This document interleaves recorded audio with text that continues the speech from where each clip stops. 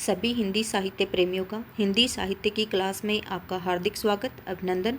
हम कर रहे हैं भारतीय काव्य शास्त्र और पाश्चात्य काव्य शास्त्र से संबंधित महत्वपूर्ण प्रश्न उत्तर।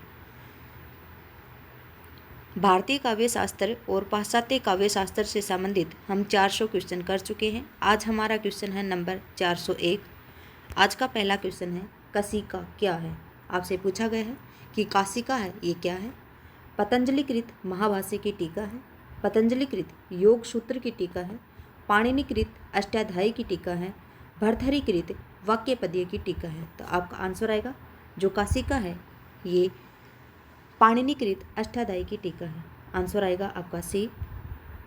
देखिए ये यूपी पीजीटी 2000 में पूछा गया क्वेश्चन है। देखिए काशिका है वो अष्टाध्यायी पर जयादित्य एवं वामन द्वारा लिखी गई एक टीका है।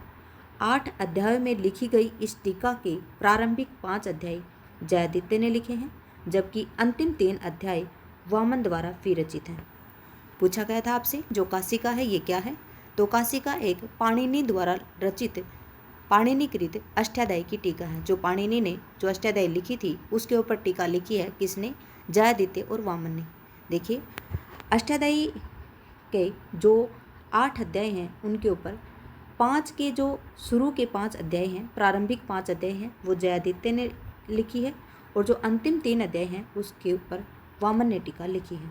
अगला क्वेश्चन है, वक्रोक्ति काव्य जीवितम कहकर वक्रोक्ति को ही काव्य की आत्मा स्वीकार करने वाले आचार्य कौन है। देखिए वक्रोक्ति संप्रदाय के प्रवर्तक कौन है, कुंतक साहब। तो वही कहेंगे वक्रोक्ति काव्य जीवितम।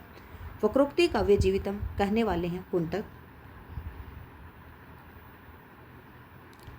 आचार्य कुंतक ने वक्रोक्ति काव्य जीवितम कहकर वक्रोक्ति को काव्य की आत्मा कहा है। आचार्य कुंतक वक्रोक्ति संप्रदाय के प्रवर्तक हैं। आचार्य दंडी, मम्मट तथा विश्वनाथ अलंकारवादी आचार्य हैं।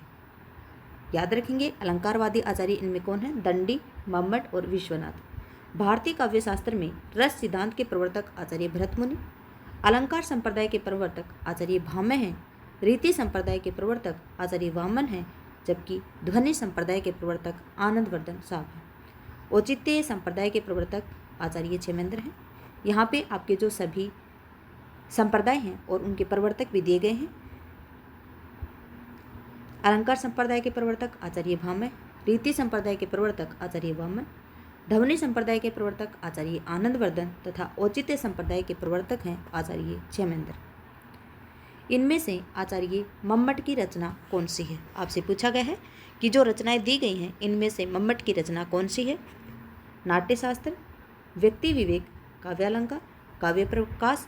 तो जो मम्मट की रचना है वो है काव्य प्रकाश, क्योंकि जो मम्मा है वही काव्य पर प्रकाश डालती है। तो मम्मा क्या है, मम्मट की रचना कौन सी है, काव्य प्रकाश। काव्य प्रकाश आचार्य मम्मट की रचना है। नाट्यशास्त्र किसकी है, तो ये भरतमुनि साहब की है। व्यक्ति विवेक महिम भट्ट जी की है। काव्यालंकार 2 लोगों की है, आचार्य भामह की और आचार्य रुद्रट की। अलंकार संप्रदाय के प्रवर्तक कौन है, तो देखिए अभी हमने पहले क्वेश्चन में पढ़ा था कि अलंकार जो संप्रदाय है उसके प्रवर्तक कौन है। तो अलंकार संप्रदाय के प्रवर्तक हैं आचार्य भामह। कौन है, आचार्य भामह। देखते हैं इसकी व्याख्या। देखिए अलंकार संप्रदाय के प्रवर्तक आचार्य भामह हैं। अन्य संप्रदाय और उसके प्रवर्तक इस प्रकार से हैं। रस संप्रदाय के प्रवर्तक हैं आचार्य भरतमुनि। ध्वनि संप्रदाय के प्रवर्तक हैं आनंदवर्धन। वक्रोक्ति संप्रदाय के प्रवर्तक हैं कुंतक। औचित्य संप्रदाय के प्रवर्तक हैं क्षेमेंद्र। रीति संप्रदाय के प्रवर्तक हैं आचार्य वामन। अगला क्वेश्चन, सुखदुह खातम कोरसह कहने वाले आचार्य कौन है। आपसे पूछा गया है सुखदुह खातम कोरसह कहने वाले आचार्य कौन है। तो ये है रामचंद्र गुणचंद्र जी। कौन है, रामचंद्र गुणचंद्र जी। रामचंद्र गुणचंद्र जी का कथन है सुखदुह खातम कोरसह। सुखदुह खातम कोरसह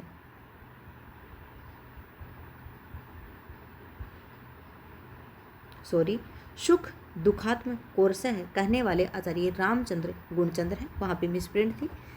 सुख दुखात्म कोरसह कहने वाले कौन है, ये हैं रामचंद्र गुणचंद्र जी। इनकी प्रमुख रचना है नाट्य दर्पण। अगला क्वेश्चन है, निम्नलिखित में से कौन संस्कृत समीक्षा पद्धति से संबंधित नहीं है? आपसे पूछा गया है कि इनमें से कौन है जो संस्कृत समीक्षा पद्धति से संबंधित नहीं है, तो वो है शैली विज्ञान। जबकि रस, अलंकार और ध्वनि ये तीनों ही संस्कृत समीक्षा से संबंधित हैं, जबकि जो आपका शैली विज्ञान है ये संस्कृत समीक्षा से संबंधित नहीं है। शैली विज्ञान संस्कृत समीक्षा पद्धति से संबंधित नहीं है। शैली विज्ञान के अध्ययन की मुख्यतः दो दिशाएं प्रचलित हैं, एक तो साहित्य शास्त्र के आधार पर और दूसरा है भाषा विज्ञान के आधार पर। आपसे पूछा जा सकता है कि जो शैली विज्ञान संस्कृत समीक्षा की पद्धति नहीं है, शैली विज्ञान तो एक अध्ययन की मुख्यतः जो अध्ययन है उसको दो दिशाओं में प्रचलित करता है। जो शैली विज्ञान है वो मुख्यतः अध्ययन को दो दिशाओं में प्रचलित करता है। कौन कौन सी दिशाएं? साहित्य शास्त्र के आधार पर और भाषा विज्ञान के आधार पर। आपसे पूछा जा सकता है कि जो शैली विज्ञान है उसमें अध्ययन की कौन सी दो दिशाएं प्रचलित होती हैं, तो वो साहित्य शास्त्र के आधार पर होती है और भाषा विज्ञान के आधार पर होती है। अगला है कंकण क्वणित रणित नुपुर थे, हिलते थे छाती पर हार, मुखरित था कलरव गीतों में, स्वर लय का होता है अभिसार, बिछुड़े तेरे सब आलिंगन, पुलक स्पर्श का पता नहीं, मधुमेह चुंबन कातरताएं आज न मुख को सता रही। उपयुक्त काव्य पंक्तियों में कौन सा काव्य दोष लक्षित हुआ है? आपसे पूछा गया है कि जो आपको ये पद्य दिया गया है इसमें से कौन सा काव्य दोष है। तो देखिए इसमें पहले देखते हैं इसकी ऑप्शन। काल दोष है, वचन दोष है, लिंग दोष है, च्युत संस्कृति दोष है। तो इसमें देखिए जो च्युत संस्कृति दोष है वो दिया गया है। देखिए प्रश्नगत पंक्तियों में च्युत संस्कृति दोष लक्षित होता है जो सर्वदा रस के आकर्षक होते हैं। व्याकरणात्मक दृष्टि से अशुद्ध पदों का प्रयोग च्युत संस्कृति दोष कहलाता है। क्या है? जो अशुद्ध पद हैं उनका दोष क्या कहलाता है? च्युत संस्कृति दोष कहलाता है। च्युत संस्कृति दोष काव्य के नित्य दोष माने जाते हैं। ठीक है, जो च्युत संस्कृति दोष काव्य हैं वो नित्य दोष माने जाते हैं। अगला है काव्यदर्श के रचनाकार निम्नलिखित में से कौन है? आपसे पूछा गया है जो काव्यदर्श है इसके रचनाकार कौन है? तो काव्यदर्श के जो रचनाकार हैं वो हैं दंडी साहब। ये आपके उत्तराखंड असिस्टेंट प्रोफेसर 2017 में पूछा गया क्वेश्चन है और यूपी पीजीटी 2005 में पूछा गया क्वेश्चन है। काव्यदर्श महाकवि दंडी की रचना है। काव्यदर्श दंडी की परिपक्व अवस्था की कृति है। महाकवि दंडी की अन्य रचनाएं 10 कुमार चरितम, अवंती सुंदरी कथा, कला परिच्छेद, छंदो विरचित तथा द्विसंधान काव्य है। महाकवि माघ की रचना शिशुपाल वधम, भास की स्वपन वास वदतम तथा प्रतिज्ञा योगंधराणयम और भवभूति की रचना है उत्तर राम चरितम। अगला है सतर्थे पृथग्यार्थः स्वर व्यंजनम सहते कर्मेण तेन वावृति यमकम विनिगद्यते। यमक की यह परिभाषा किस आचार्य ने दी है? आपसे पूछा गया है यमक की ये जो परिभाषा है ये किस आचार्य ने दी है? तो ये देने वाले हैं आपके विश्वनाथ जी। कौन है? विश्वनाथ जी। देखिए यहाँ पे शुद्ध रूप से दिखाई दे रहा है स्पष्ट। सत्यर्थे पृथग्यार्थः स्वर व्यंजनम सहते कर्मेण तेन वावृति यमकम विनिगद्यते। यमक अलंकार की यह परिभाषा साहित्य दर्पण के रचयिता आचार्य विश्वनाथ ने दी है। यहाँ पे साहित्य दर्पण ग्रंथ के रचयिता कौन है? विश्वनाथ जी। जबकि आचार्य मम्मट की अलंकार विषयक परिभाषा है तद्दोषो शब्दार्थो शैगुणा अलंकृति पुनः क्वापि तथा राजशेखर की अलंकार विषयक परिभाषा है गुण बदल कृत्यंच वाक्यमेव काव्य। ठीक है, तीनों की याद रखेंगे। जो आपके आचार्य विश्वनाथ हैं उनकी परिभाषा है सत्यर्थे पृथग्यार्थाया स्वर व्यंजने संहिते कर्मेण तेन वावृति यमकम विनिगद्यते। जबकि आचार्य मम्मट की है तद्दोषो शब्दार्थो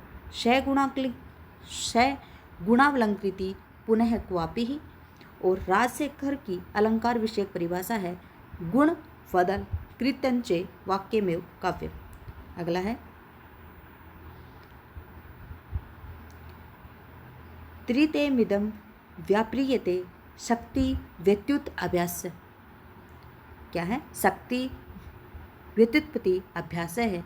यह कथन किस आचार्य का है? क्या है कि जो शक्ति है, व्युत्पत्ति है और अभ्यास है, ये तीन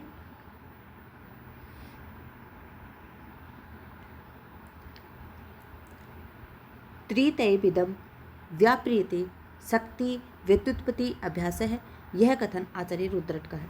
रुद्रट कश्मीर के निवासी थे। इनका समय था 9वीं शताब्दी का पूर्वार्ध। रुद्रट के ग्रंथ का नाम है काव्यालंकार, जिसमें 16 अध्याय हैं और 734 श्लोक हैं। आचार्य मम्मट का ग्रंथ है काव्य प्रकाश। जयदेव का ग्रंथ है गीत गोविंद और चंद्रालोक। आचार्य भामा के ग्रंथ का नाम है काव्यालंकार। देखिए, आचार्य मम्मट का ग्रंथ है काव्य प्रकाश, जयदेव के ग्रंथ का नाम है गीत गोविंद और चंद्रालोक, आचार्य भामा के ग्रंथ का नाम है काव्यालंकार। अगला है सट्टक है। सट्टक क्या है? 411 के क्वेश्चन पूछा गया आपसे, सट्टक है। तो सट्टक क्या है? एक प्रकार का नाटक है। सट्टक क्या है? एक प्रकार का नाटक। सट्टक एक प्रकार का नाटक या रूपक है। सट्टक की भाषा प्राकृत होती है। अन्य बातों में यह नाटिका के तुल्य होता है। नाट्य शास्त्रीय ग्रंथों में 18 प्रकार के उपरूपक बताए गए हैं। उनमें सट्टक रचना कर्पूर मंजरी प्राकृत अध्ययन की दृष्टि से महत्वपूर्ण है। सट्टक रचना वो किसके लिए महत्वपूर्ण है? तो जो कर्पूर मंजरी है उसके प्राकृत अध्ययन के लिए दृष्टि से महत्वपूर्ण है। अगला है रस अपकर्षका दोषा उक्ति किस आचार्य की है? रस अपकर्षका दोषा उक्ति किस आचार्य की है? तो वो है आचार्य विश्वनाथ की। किसकी है? आचार्य विश्वनाथ की। रस अपकर्षका दोषा उक्ति आचार्य विश्वनाथ की है। यह उक्ति उनके प्रसिद्ध ग्रंथ साहित्य दर्पण में उल्लेखित है। इस उक्ति का आशय है कि दोष रस अपकर्षक होते हैं। वे रस प्रतीति के बाधक बनकर काव्य के आखाद्य को शिथिल करते हैं, दोष युक्त बनाते हैं, विनष्टक भी कर देते हैं। जबकि मम्मट ने मुख्य अर्थ के विधातक या अपकर्षक को दोष कहा है। मुख्यार्थ हति दोषो रश्च मुख्यस्ता श्रेया द्वाच्य। अगला है कीर्ति भनिति भूति भली सोई सुरसुरी समसब कह हित होई। क्या है? कीर्ति भनिति भूति भली सोई सुरसुरी समसब कह हित होई। उपयुक्त पंक्तियों में तुलसीदास ने किस काव्य के प्रयोजन को महत्व दिया है? तो इसमें दिया गया है किस काव्य प्रयोजन को महत्व दिया है? तो इन्होंने दिया है आपके लोकमंगल को। क्या है? लोकमंगल जो काव्य प्रयोजन है उसको महत्व दिया है इसमें।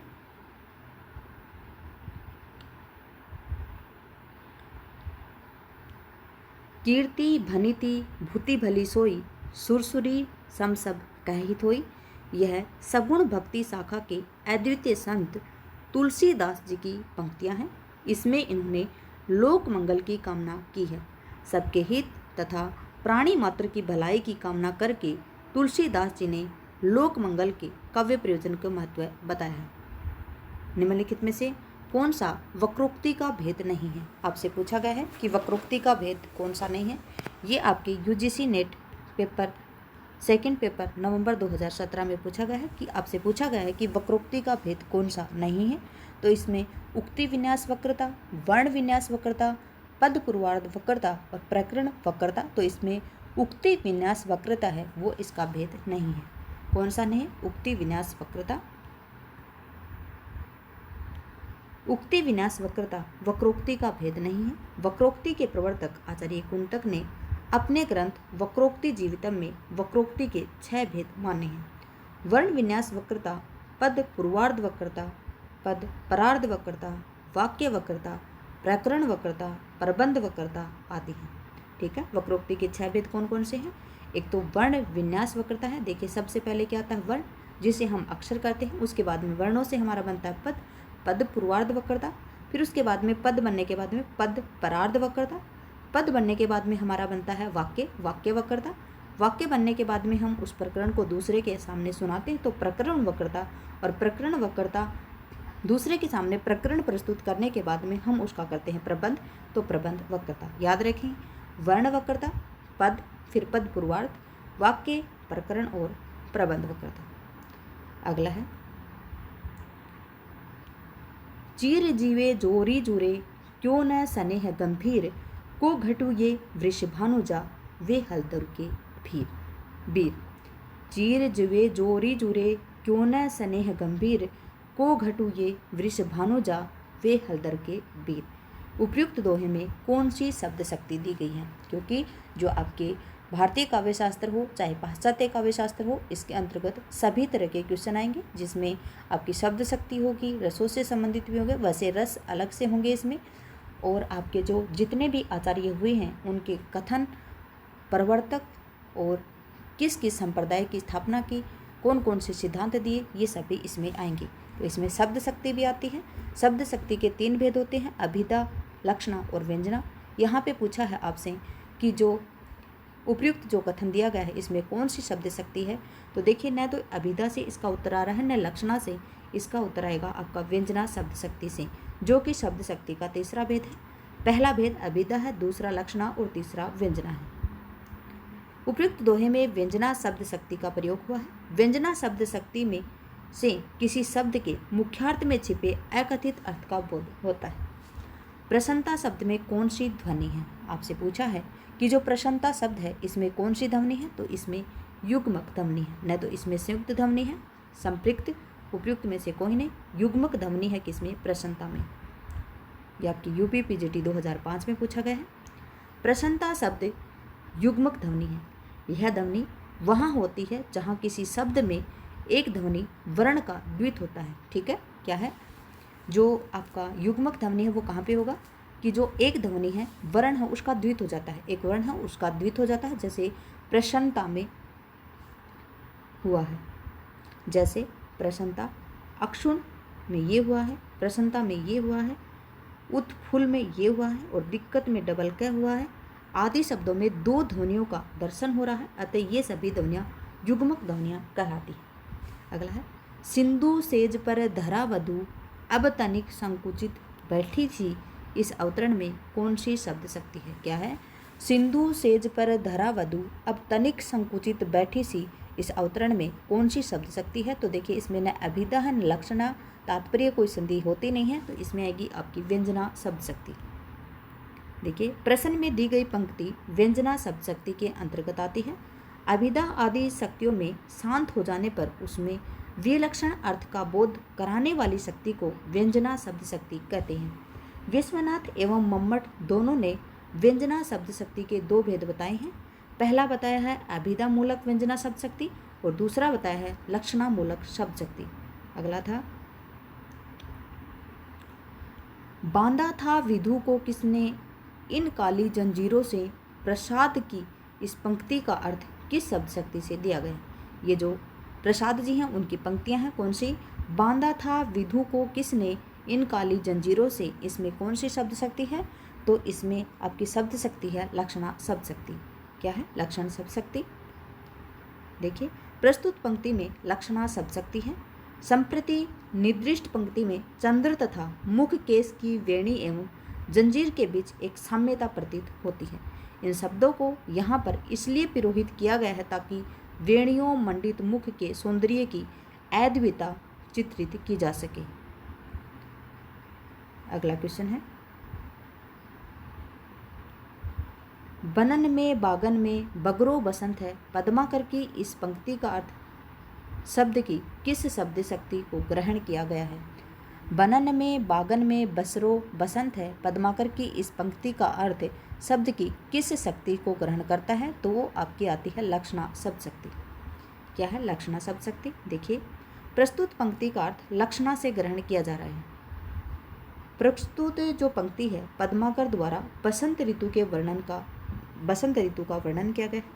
वे लाक्षणी शब्दों के प्रयोग में सिद्धस्थ थे।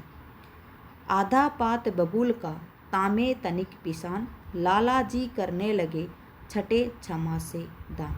क्या है?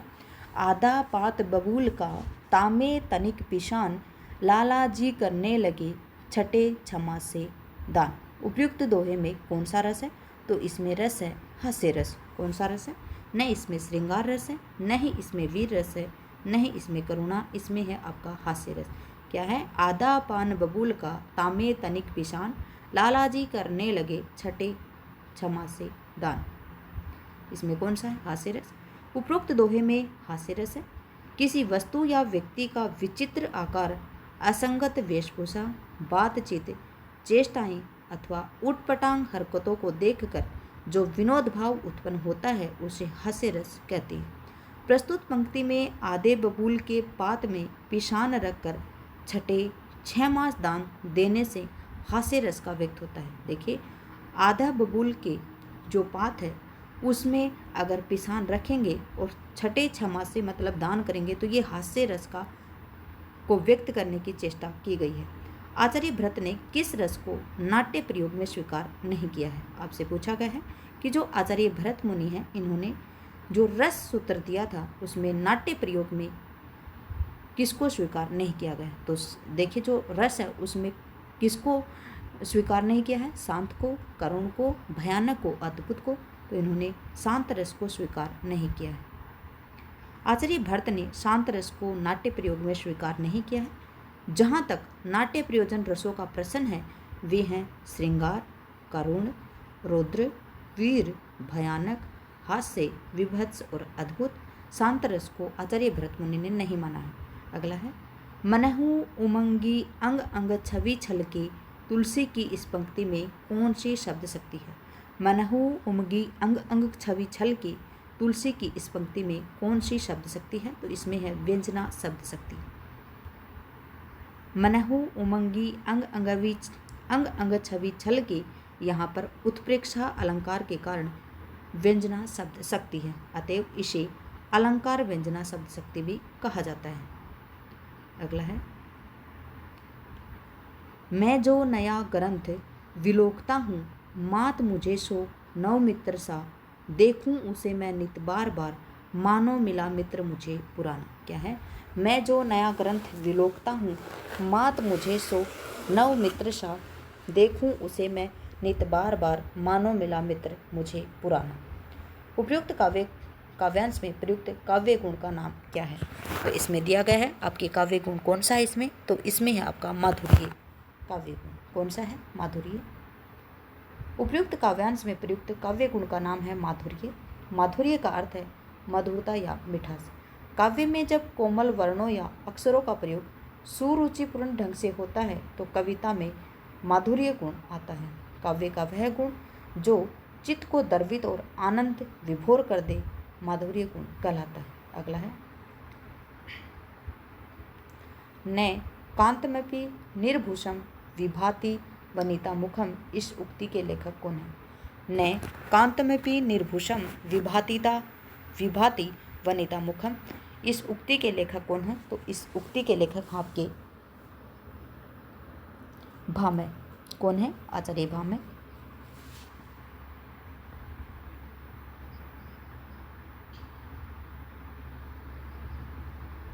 उपयुक्त पंक्ति के लेखक अलंकार संप्रदाय के प्रवर्तक आचार्य भामह हैं। अलंकार संप्रदाय इनकी महत्वपूर्ण रचना काव्य अलंकार है। वीर रस प्रधान रचना में कौन सा गुण प्रधान होता है? तो देखिए, जो वीर रस प्रधान गुण है, जो वीर रस प्रधान रचना है उसमें कौन सा गुण होता है? तो उसमें होता है ओज गुण। क्या होता है? ओज गुण होता है। जो वीर रस प्रधान रचना होती है उसमें ओज गुण होता है। अगला है, वीर रस प्रधान रचना में ओज गुण प्रधान होता है। माधुर्य गुण में श्रृंगार रस, शांत रस और करुण रस होता है। प्रसाद गुण में प्रसाद गुण के सभी रसों में पाया जाता है। देखिए, जो प्रसाद गुण है वो आपके सभी रसों में पाया जाता है।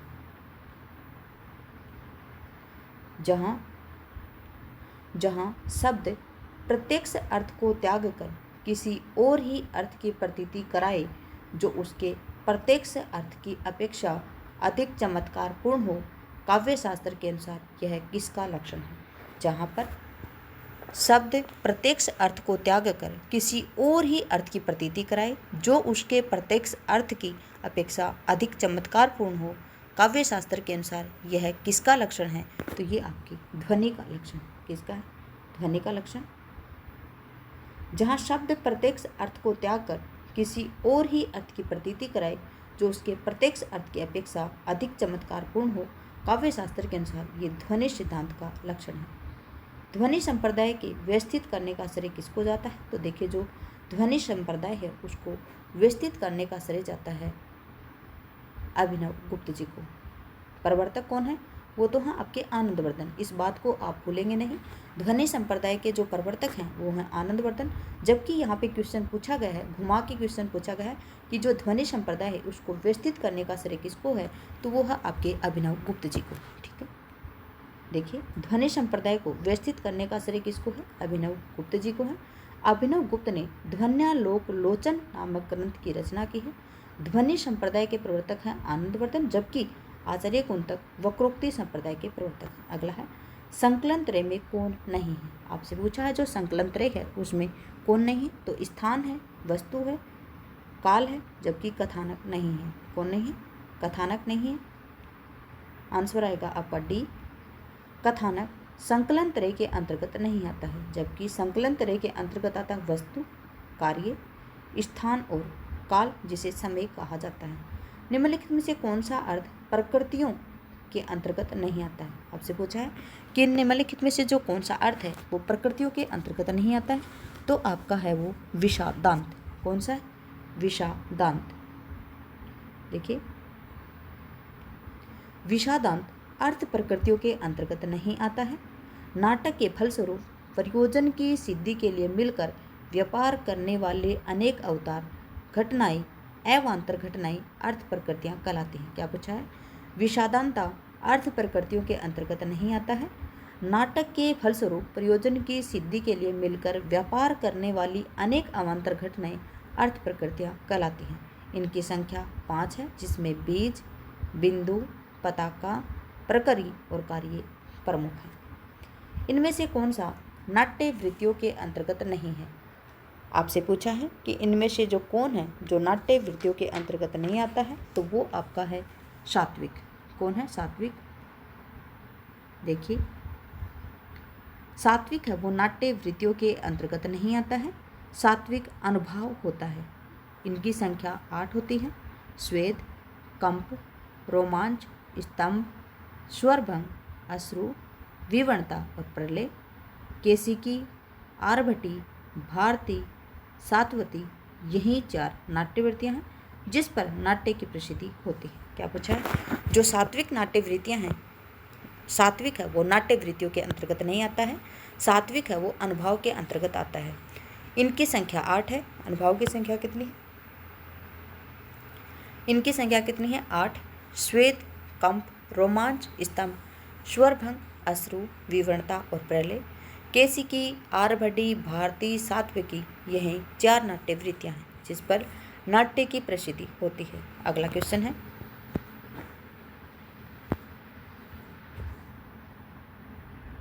श्रृंगार रस की दृष्टि से कृष्ण किस प्रकार के नायक हैं? आपसे पूछा है जो श्रृंगार रस की दृष्टि है उसमें कृष्ण किस प्रकार के नायक हैं? अनुकूल, दक्षिण, सठ और धृष्ट। तो इसमें आएगा आपका दक्षिण। श्रृंगार रस की दृष्टि से कृष्ण दक्षिण प्रकार के नायक हैं। श्रृंगार रस की दृष्टि से नायक 4 प्रकार के होते हैं। कौन कौन से होते हैं?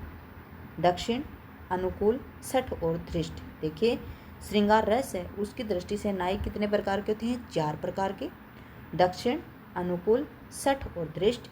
दक्षिण नायक एक से अधिक पत्नी वाला होता तो अवश्य है, किंतु वह प्रधान महिषी का सर्वाधिक ध्यान रखता है। सभी नायिकाओं के प्रति उसका व्यवहार सरल, भद्र तथा सहृदय होता है। एक साथ सबको प्रसन्न रख सकता है। अनुकूल नायक सदैव एक ही नायिका में अनुरक्त रहता है। सठ नायक अन्य नायिकाओं से प्रेम अवश्य करता है किंतु प्रकट में नहीं। धृष्ट नायक यह स्पष्ट रूप से दुराचरण करता है और निर्लज होता है। ठीक है, क्या है इसमें जो नायक हैं वो 4 प्रकार के बताए गए हैं, जिसमें जो आपके श्री कृष्ण जी हैं वो दक्षिण प्रकार के हैं, क्योंकि दक्षिण प्रकार के नायक होते हैं उनकी अनेक पत्नियां होती हैं लेकिन एक पत्नी को वो सर्वस्व मानते हैं। जिस प्रकार से जो कृष्ण जी हैं उनकी 16,000 रानियाँ बताई जाती हैं, लेकिन राधा ही उनके साथ में दर्शाई जाती है। अगला है अनुकूल नायक, वो सदैव एक ही नायिका से अनुरक्त रहता है, ठीक है। और उसके बाद में सठ नायक, वो अन्य नायिकाओं से प्रेम अवश्य करता है किंतु प्रकट नहीं करता है। और जो धृष्ट नायक है वो क्या होता है, नाम से पता चल रहा है धृष्ट, जो बेकार है। नायक स्पष्ट रूप से दुराचरण वाला होता है और निर्लज भी होता है। इसी के साथ में आपकी क्लास का करते हम समापन। क्लास में बने रहने के लिए आपका धन्यवाद। आपका दिन शुभ रहे। जय हिंद, जय भारत, जय जवान, जय किसान।